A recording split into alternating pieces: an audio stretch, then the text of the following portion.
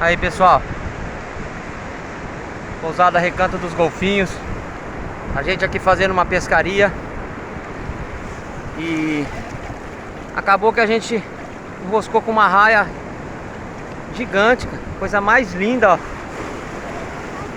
A gente tá soltando ela, devolvendo ela pro mar, que é a casa dela, né? Ela tá cansada, mas ela tá viva.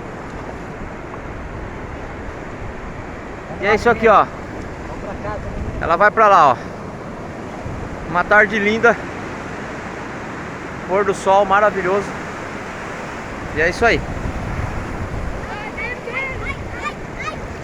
É daqui pro habitat dela. A gente vai ficar aqui até ela voltar pro lar dela. Nosso amigo Renato, como sempre aí, dando uma força. A gente unido aí pra fazer o que for possível pra resgatar uma raia, qualquer animal que seja. A gente come peixe. Outras coisas, outros animais a gente devolve. Um abraço a todos.